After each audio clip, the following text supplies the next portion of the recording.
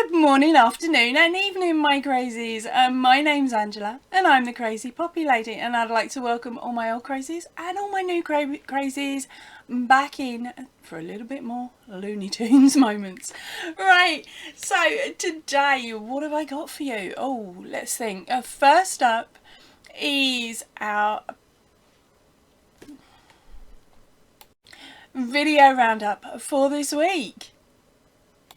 And as normal, all links will be in the I box here and in the drop down box down below. Right, so the first video I put up this week was the Big and Little Crochet Collective part 6 out of 8. So there's another 2 of those videos left for you to go, and remember, if there is a pattern that you like in there, tell me. I'll have a nose through the book and then see if I can find a pattern that is similar to it. At this moment in time, the books are not in print. Okay, I have had a bit of feedback finally from them, but it was quite generic. I have added that into the description box of the Big and Little Crochet Collective book set. Okay, so then you can have a read and you know what's going on. And then we had our 2 lives. Now, I actually found this worked out a lot better personally for me and for you guys, because I got a lot more of you on both of these lives. Now, the first one was, what was it? To rip or not to rip, that is the question. And that was my Tuesday at PM live. So I'm keeping that slot. Okay, so it's a Tuesday at PM live from around 7 o'clock. Sometimes it might be 7:30. It will depend on what's going on with the family. Because of course I've got to feed them all first before and myself before I come on. And then the next one was on a Wednesday morning, and that was 2 cups of coffee and still no brain. And you know what, it doesn't matter how many cups of coffee I have, the brain still doesn't start working till about 3 in the afternoon, and then it shuts down again by 4. Okay, so I don't know about you guys, but I had so much fun on both of those lives this week. I thoroughly enjoyed it. Now, there's normally only a small group of us or a small group of you that come and join in. So if you've got time and you're bored, come and join us next week. Remember, it's Tuesdays in the evening. That is a GMT, so it's between 7 and 7:30 GMT. Or we're looking at around 11 o'clock on a Wednesday morning. And then the last video up this week was, of course, our Throwback Friday and number 26. Sorry, I say it like that because I had to actually look, because what I've done with my throwbacks is I've made a group of them all in one go. I'm coming to the end of that group now, so my next group will have this change of clothes and that pattern in the background for at least 2 of them, and then I will be moving on to another pattern in the background and another change of clothes. Right, so now what have I been up to this week? Well, of course I finished off this beautiful pattern here, which is by our gorgeous Whisper Crochet. Information for that pattern and where you can get your hands on it is in the drop down box down below. Now, I found it absolutely beautiful to work and really easy to do. So what I'm going to do now is nick a little bit of description from another channel. No, I'm not. No, I'm not doing it again. I will bring it in so you can have a closer look. Oop. Now, our gorgeous Whisper is tall like me, so she likes to make really nice long pattern repeats for you to do, so that your shawl will definitely fit you. And when she writes up her pattern, let's move my mic a bit. When she writes up her pattern, she tells you the basic pattern and then lets you run with it and how many repeats you want so that it fits your size. So here we go. We start up at the top here with our gorgeous pattern repeat, and here is the end of it. Okay, so then my second repeat comes down to the end of here, and I actually only ended up doing 2.5 repeats on it because I ran out of yarn or nearly ran out. I was colour controlling my yarn because I really don't like having yarn that, like the colours that stop and change halfway through a row. I like my rows to try and be as consistent as possible. I don't mind 1 or 2 stitches at the ends of each row, but definitely not stopping in the main area that you show off. I used the papaya cakes. Hold on a minute. Oh, I've got to go and get a label. Ooh. Right, there we go. Pause and restart. Right, I use the papaya cake or cake. It is 150 grams or 530 ounces. There is a 540 meters or not 590 yards. It is a 100% premium acrylic and it is a DK weight yarn that you can wash at 30, but you can't tumble dry it and you can't iron it, and you need to lay it flat to dry. They recommend a 4mm hook, but because I wanted a drapey style, I actually moved it up to a 5mm hook. Crikey me, move away from my 4. Yep, so it was a 5mm, and as I said, I used 2 of these cakes. Now I barely had anything left at the end of it, so really if you wanted one at this length, of course you will need 2 cakes. Or what are we on, 590? Oh, I ain't doing the maths today. I'll leave that up to you guys to do. And with a little bit of editing magic, Tori is back up on her shelf. What I'm going to do is add a photograph in now, which some of you may have already seen if you have checked out mine or Whispers Instagram account. But the images will be added now, so that you can have a look at it, because to be honest, showing you an image is a lot easier than me having to move my chair, get it off off of Dory, and then attempt to get it on screen and in shot properly. I'm sorry, I'm on a lazy day today. Can you tell?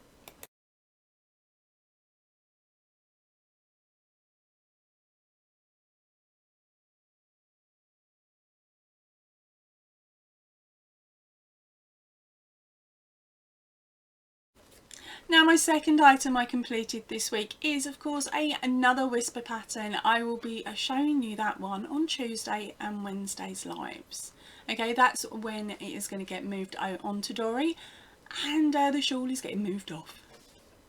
Other than that, I'm not spoiling it yet. I'm evil, aren't I? And the last item I finished this week was a box of poppies. That's right, another 60 done. All them ends. And this, but anyway, and this now brings the box count up to 600 or 10 boxes. Oh, I can see the light. Finally, I'm on the final countdown.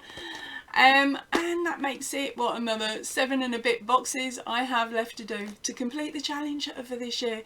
So this box will be going up the top where you can't actually see it. But hold on, let me move the camera so you can see the height of my box count at the moment, or where I'm stashing my boxes. Are you ready? Is that all hiding behind there? That's alright. 1 row right up to the ceiling already. I can't get another one in. Okay, now just, there we go. Oh, you got a bit more at the top than normal. I will sort that out in a second. Yay, back to normal. Right, so what else was there? Let me think. We have... Right, so what else is there? Funny story, Liam.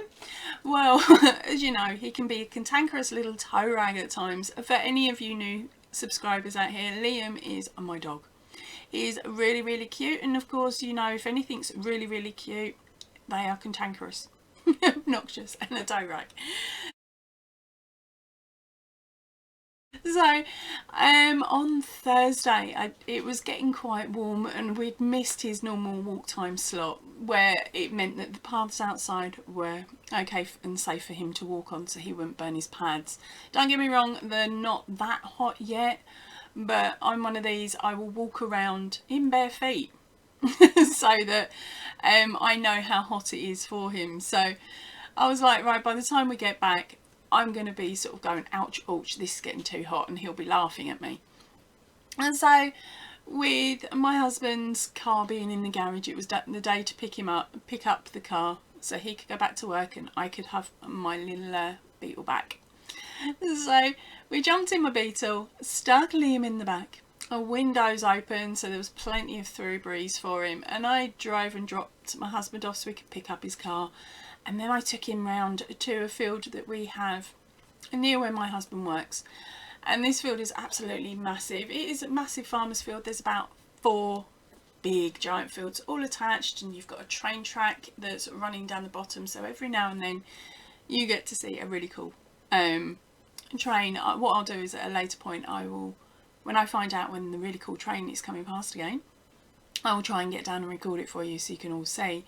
But going back to Liam's walk, I got him out of the car. Now when he's in his car, he's in a full body harness, and the harness is attached of course to the seatbelt holder like we have to do in the UK. And normally what I would do is I would unhook the harness, take it off, leave it in the car and stick him on an extender lead, and then take him out the car and off we go for our walk. And then once he's been on the field for about 20 minutes, dropped a couple of bombs for me to pick up, I let him off his lead so then he can go a bit doolally. Well, we hadn't been there for quite a while. It's been about 2 to 3 months since we last went down, and when I arrived there was no other cars there where everyone parks. There was no other dogs on the field, so I knew there was no real distractions for Liam or people that he could go and run off to and harass to play with basically. So I thought, you know what, I'm going to test him. I'm going to see how he reacts. Now the area itself is really safe unless there's another car comes down, but other than that it's really safe. And it was outside of the normal times when dog walkers would be using that field. So I took him out of his harness and I got out of the car and he looked at me and he's like, where's my lead? You haven't put my lead on. So I'm like, come on, out you get. So he's got out. He's sat by my legs on the floor and refused to move for a few moments, and I was like, oh, he's actually waiting. He thinks I've forgotten to put his extender lead on. I just looked at him and went, no, you're not having the lead yet. Off you go and sniff. So off he's gone, done his first load of sniffing and urinating, while I've closed and locked up the door, and then I've just walked towards the field, and he's sort of giving me this really strange look of, what is she doing? Why hasn't she secured me? Why am I not tethered? And I just called him and went, come on, let's go. And no lie, he was perfection. He was so perfect. He'd stop, sniff and catch up. Now of course, because of my sciatica in my leg, I hobble along like a 90-year-old, plus possibly more like 120 now, because I know 90-year-olds that are more mobile than me. And so I have to climb the sty and to get into the field, and once I'd done that I then put him on his lead for a short walk until he'd dropped his bombs. But of course he'd already done that in the garden and I'd forgotten that I'd seen him do it, and I know I need to pick it up. So after about 5 minutes I was like, hold on a minute, he's already done that. So take him off his lead and he's sort of looking at me and he's like, okay then, and he is following behind me because we don't go on to the main part of the field where any crops would be growing. We walk around the outside and there's what we used to call a snake path as a kid. Basically it is the well-trodden path that other walkers have created over time, or it's the gap between the crop and the edge of the field that the farmer leaves. So that's where we walked. So we were walking along there and he's sort of having a good old sniff because he hasn't been there for so long, thoroughly enjoying it, and then we go down to the little river. Now this little river runs along the side of the field. It's not a very fast flowing river normally. It's normally quite a nice steady flowing river, and it's only shallow. It really is. It's just over, sort of running over pebbles, but it's enough to keep him cool. And there's trees that are growing all up and over it, so it is shaded, so you could sit there when it's a 40-degree day. You could sit there knowing you're not going to get sunburnt, and you can be there for a good 2 to 3 hours. I've done it in the past. I got caught out on a really hot day and I'm like, I'm going to get sunburnt, just walk into the car, I'm staying put. So I did. But going back to his walk, he was there and he's walked down and he looked at me as if to say, this is strange, this is a bit different, what's going on? And basically what had happened was there's one massive tree that sits on the edge of the embankment, and that's where I would normally sit under, because he can jump up either side of that section in the embankment, run around the tree and shake so I don't get wet. Well, the tree has actually uprooted itself and it's falling into where the field was. So it looks like the farmer has had to cut off the top section of that tree. So we've just got a nice long plank. And so of course that's upturned, so he's like, what is going on? So of course I've had to do the walk and explore first to see whether he can still get up and down and around and all the rest of it, which he could. So then I've called him over and he's like, oh brilliant, off I go. And so he's jumped in the water, and this boy, unless the lake is stinky and scummy and all the rest of it like that, he won't go any higher than his knees normally, unless it's stinky and horrible and disgusting, and then he dunks. Well, this time round, the water's flowing faster than normal and it's deeper. So he gets in very gingerly and he's looking at me and I'm like, go on, off you go. And so he's wandering up and down and he's found a deep pit and promptly sat down. Just looked at me as if to say, look, I'm being daring, Mum.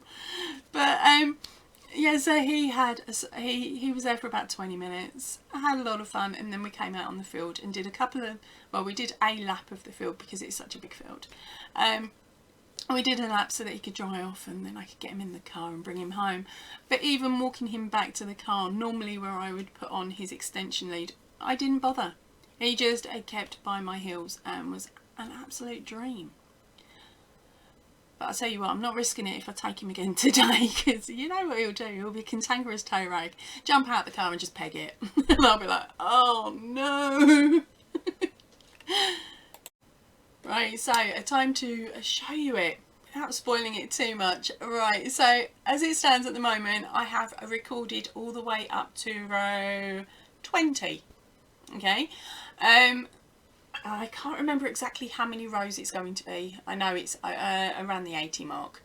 So hopefully around the same size as the unicorn blanket. So as I said, I'm up to row 20. I've recorded all that. I just need to add my intro and the photographs of the completed blanket. So that video has got to wait for a bit more editing to be done yet. Right, I'm getting in such a tangle. Right, here we go. Remember, it's attached to everything. I'm going to, there we go. I was going to say I'll show you the back, but I haven't sewn my ends in, but I promised I'd do. So here it is at the moment. It's quite diddy still, thankfully. Actually, it's about the same size as most of the cupcake blanket. So as you can see, at the moment, up to row 20, you are only going to need a black, white and green. That's not too bad. You can raid your stash for the green. I can't tell you how much weights, like the weights or how many yardages you're going to need for the blanket as yet, because I haven't finished making it, so I don't know myself, and I'm not going to sit there and do the math, because my math is always wrong. Isn't it, Rogie? Right, so as some of you know, on Tuesday morning's live, it was labelled, I think, frog it, to frog it or not to frog it, that is the question. That was in regards to my new corner to corner blanket that I'm working on at the moment, and I hope to have the pattern out starting in at the beginning of August. Okay, so I did end up frogging it. And I have removed the working border, because on the original pattern you get to work a border around the actual image as well. It's too many balls for me to muck around with on this table. I just don't have the room, so I've stripped it back. I've removed the border from the pattern that I'm going to be showing you on the channel. You're just going to get the basic pattern, just like with the unicorn blanket and the other C2Cs. It's just a normal, so then you can choose to add a different style border in. Okay, on the written pattern I'm going to keep it as it is, so that you have the option then to add the working border, or you can just do the blanket the same as me. Okay, so I've got to do a little bit of changing on that pattern so that people know where the divide is, because what I don't want to do is sort of change colours and things like that, so that when it's printed out it uses up loads and loads of ink. But I'm hoping that basically if you do get your hands on the pattern, you'll just highlight the bits you need, because that's what I've done.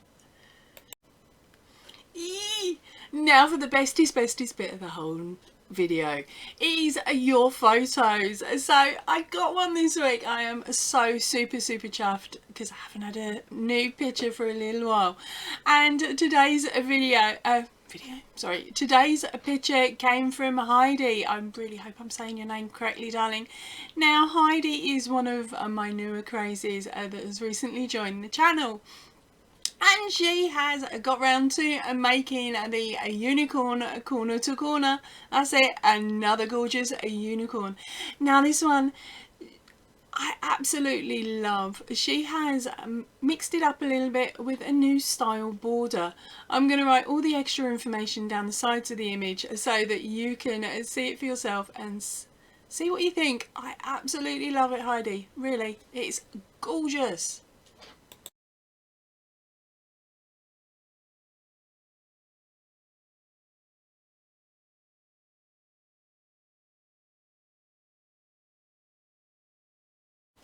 Right, so Heidi is one of my gorgeous crazies from another country, and English is definitely not her first language. She is actually using YouTube videos to learn different languages. So at the moment, well, she's just finished My Blanket in English.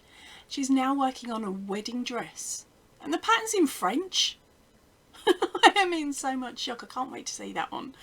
And hopefully, you never know, we might be lucky. She might actually post a picture up on her YouTube channel so that we can all have a nose once it's complete and the service is over and done with.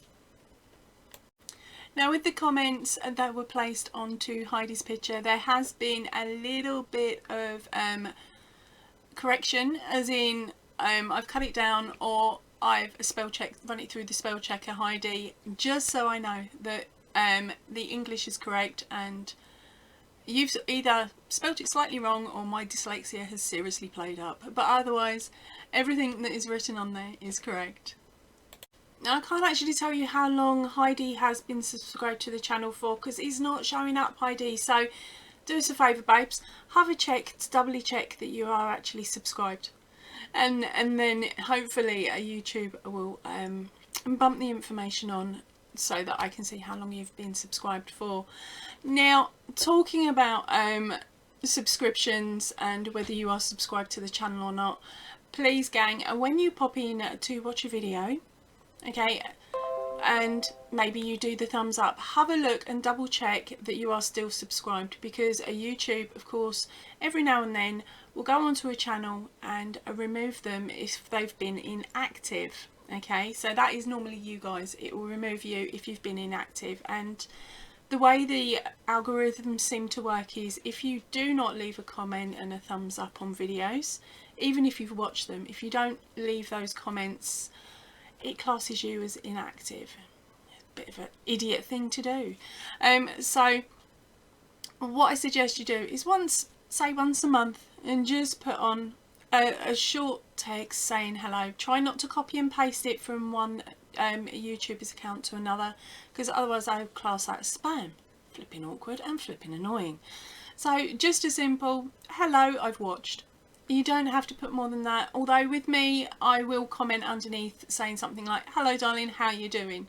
If you don't respond to that, that is perfectly fine. I'm not going to get upset and I'm not going to get offended. I'm just going to automatically know that you're doing it to make sure that you are still subscribed to my channel. And of course with other creators as well, if you do the same thing to them, and they're going to feel exactly the same way. Alright, it's just nice to know that you're there, that you're watching, and that you're not going to get kicked off by the YouTube bots. Right, that's it for me for today. I'm going to now head off and carry on making the blanket so that I can show it all off to you later on in the month once it's complete. Right, I will see you all really, really soon. If you can, please stay in and definitely stay safe. Ta-ra for now, everybody.